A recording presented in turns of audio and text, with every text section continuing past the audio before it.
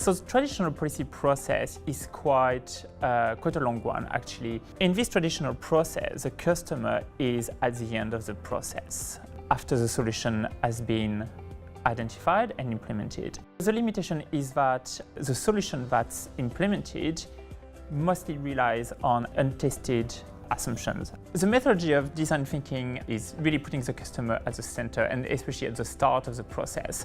It's an iterative process. You design a solution, you test it, get the feedback, analyze the feedback, and then iterate your solution again. So it's an ongoing process, but helps you get closer to fit-for-purpose solutions. Up until today, there has been a different set of rules for every agency. So if you're a beekeeper and you've got a site in a national park and you've got a site in a state forest, you'll have a different means of renewing your permit, you'll have a different fee charge, you'll have different terms and conditions. The one great thing was that there was consensus between industry and agencies that we needed to develop a single approach, but there wasn't necessarily consensus about what that should look like. And so design thinking helped us sort of navigate that process.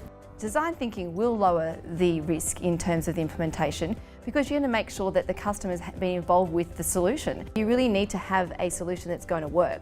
So if it fails the first time, then in fact that's a successful thing because you know that up front, and that can save thousands, if not millions of dollars later. I'm very positive about design thinking as a methodology and a tool because it puts our primary producers, so our customers, at the centre of the problem and the challenge we're trying to solve. It's sitting down with them, working through solutions, testing issues and solutions with them to see if they actually work.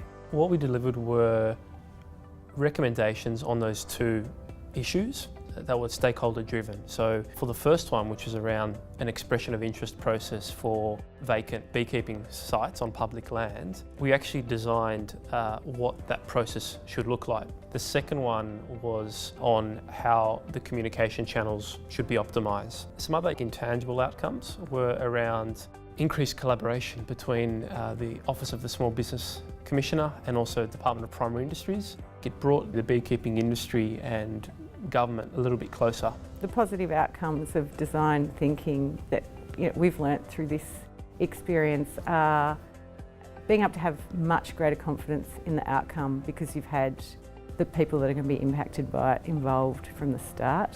There is a huge recognition that customers should be at the centre of everything we do.